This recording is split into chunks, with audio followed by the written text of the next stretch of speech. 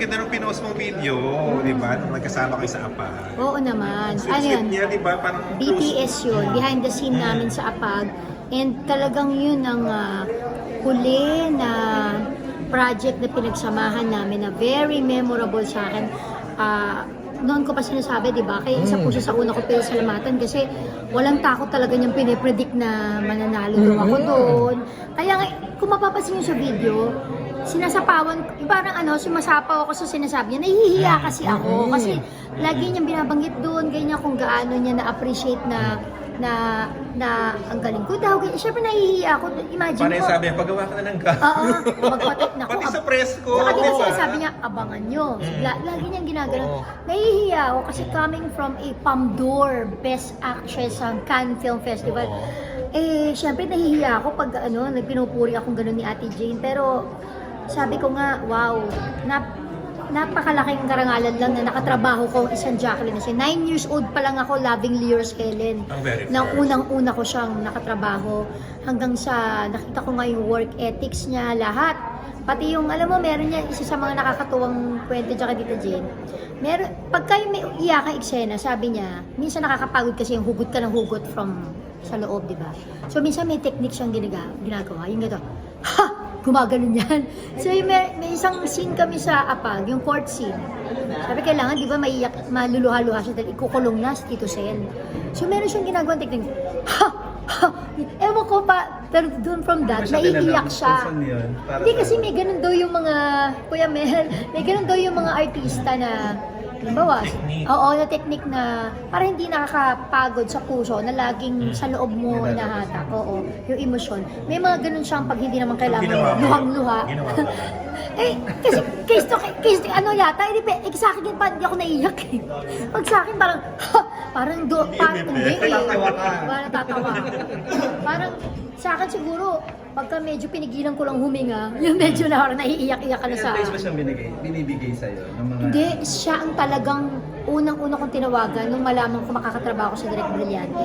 Ang dami niyang tips sa akin, ang dami niyang kinuwento sa akin. Pinanood ko lahat ng pelikula nila with Direk Brillante. Tapos naalala ko, hindi ko makakalimutan, nung after ng first day na nakatrabaho sa Direk Brillante, tinawagan niya ako. Gladys, naku, sabi niya, nagkwento si Dante, Direk Brillante daw. Siyempre nag-worry ako kasi pagkakasabi niyang nako, parang hindi maganda, di ba? Yung parang, naku, hindi yata pumasa sa ni Direk Dante yung ko. Alam mo ba, sabi niya, galing-galing mo, biglang gano'n, binrake niya yung news na, galing-galing mo daw, sabi ni Dante. Sabi ko, Ate Jane naman niloloko mo ako ganyan. So, wala na, hindi mo na mabubura, hindi mo na mai-erase yung mga memories namin na nagkasama kami sa work. Tapos alam ko, may pagkaano yan si Ate Jane, inimbitahan ko siya sa 20th wedding sa birthday ni Christoph. Mga importante ako sa buhay ko, inimbita ko yan. Kaya napansin ko sa kanya, ayaw niya nung big party, ayaw niya ng maraming tao. Gusto niya yung intimate lang. Actually appreciate ko yung one-on-one kami sa taping, sa shooting, nasa tent, o kaya nasa standby area. Doon lumalabas yung talagang pagiging taong-tao niya, tsaka yung mga gusto niyang sabihin, na walang, di ba, walang pretensions and all. Siyang siya. Gano'n karami kayong times nag-work ba? Sa pelikula, ilan? Pelikula. Ilan yun? Ako, hindi ko na maalala yung sa pelikula. Pero yung sa TV kasi, yung huling serye na pinagsamahan namin, nag-guest siya sa Toda One I Love. Yung GMA Public Affairs yan. Medyo comedy yung tarayan namin doon. Yung awayan namin doon, yung stick ng banana, ng Barbie, ng fishball. Kasi di ba parang doon sa fishball scene niya doon sa sa Marosa. So, kaya nga, ang sarap kasi si Tita Jane, si Ate Jane, actually, call her ate lang. Si Ate Jane, mapa-comedy, mapa-drama. Alam mo yung, nagtitinginan lang kami, hindi na namin kailangan, ganito gagawin natin. Wala lang gano'n, walang choreography. Basta nagkatinginan kami, alam na namin yung bigayan sa isa't isa, sa eksena. Yung ganyan, ang sarap ng gano'n, di ba? Yung automatic. So ano yung hindi mo makakalimutan na memory sa Yung huli na na lagi niya ako, sabi niya, tinawag niya ako sa dressing room niya dun sa nasa Pampanga kasi kami, so parang nakalakiin. Ako lang ang hindi naglalakiin kasi, di ba, ayoko nga nun. Tapos siya, may sarili siyang room doon sa kung saan kami nag-shoot. Sabi niya, Gladys, dito tayo, may kama yun, may so parang, para talagang ate ko siya na pinapahiga niya ako doon niya ako gusto niya, doon ako magbihis, yung ganyan. Yung at home kami sa isa't isa, siya din naman sa akin, nagpaluto pa yan, ganyan. Tapos, kinukwento niya rin nung natira si Andy sa kanila, di ba? I think yun yung nasira yung bahay nila Andy, di ba? Parang meron nun, no? Bumagyo ba yun? Oo, nasira yung bahay nila Andy. Isa yata yun sa kinukwento niya na isa sa mga masasaya niya na para sa kanya, na part ng buhay niya. Nandun yung mga apo, di ba? Nandun si Andy, si Filmar. So, tumira sa kanya for a while. tumira sa kanya for a while. So, tingin ko, na-enjoy niya talaga yung gano'n. Hindi, di ba merong tao na pagsanay na siya mag-isa sa bahay, naguguluhan kapag ka merong bisita o merong natutulog na iba doon. Pero yun, siguro, yun yung pinaka-enjoy niya sa part ng buhay niya. Na, tsaka tingin ko isa rin sa moment niya na masaya siya pag nagtitiping, nagsushooting. Yun. Parang tingin ko isa yun sa ano niya. Kasi si Ate Jane, gusto niya lang hindi siya yung palalabas na ayaw niya ng mga big parties, ayaw niya ng big crowd. Medyo feeling ko may pagka-introvert eh. Paano mo nalaman yun? Nung nalaman ko yun, naguluhan ako, meron sa hagdan, sa banyo. Di ba? Yung parang... Iba-iba. Teka, nasan ba ako nun? Nasa That's Diner ako. Yun yung parang meron kami na special night sa That's Diner. Naiyak ako kasi syempre, isa siya dun sa mga talagang totoong, hindi mo lang taping friend, hindi lang nakasama sa taping pagkatapos nauwian, wala na. Hindi ito yung taong nakakausap ko on and off camera. At saka siya yung natatawagan ko, nagkakausap kami sa Viber. Ibig sabihin, may personal relationship. Kaya ang hirap na, noong una sabi, si Christopher ang una nagsabi, Bebe, si Ate Jacqueline. Sabi ko pa, sino Jacqueline? Ate Jacqueline mo siya eh. Pinakita niya na, yun na nakalagay, pass away. Ang unang reaksyon ko, fake news yan. Yun ang kagad talaga ang unang po. Kasi alam mo naman ngayon, di ba, parang minsan di pa nga kinukonfirm, inaano na, di ba, binabalita. Pero nung nagbigay na ng statement ang PPL na management niya, parang doon pala nagsinkin na, ay, wala, totoo na. Tapos syempre, una kong naisip na i-message si Coco, alam ko gaano siya kalapit kay Ate Jane. Tapos yun, nag-usap na kami ni Coco kung kailan nga siya pupunta, tinatanong ko siya.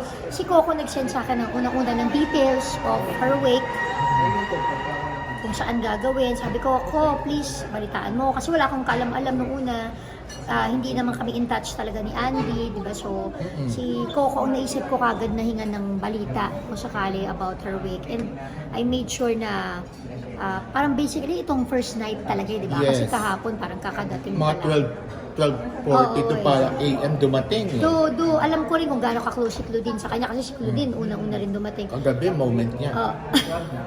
Pumunta, pero yun nga, at least, talaga, yung siniguro ko lang na, hindi, dapat kailangan pumunta na ako. Siniguro ko na, makikita ko, yun, sila, kasi direct brillante, naisip ko rin yung message. Isa lang talaga, one word, nakakabigla.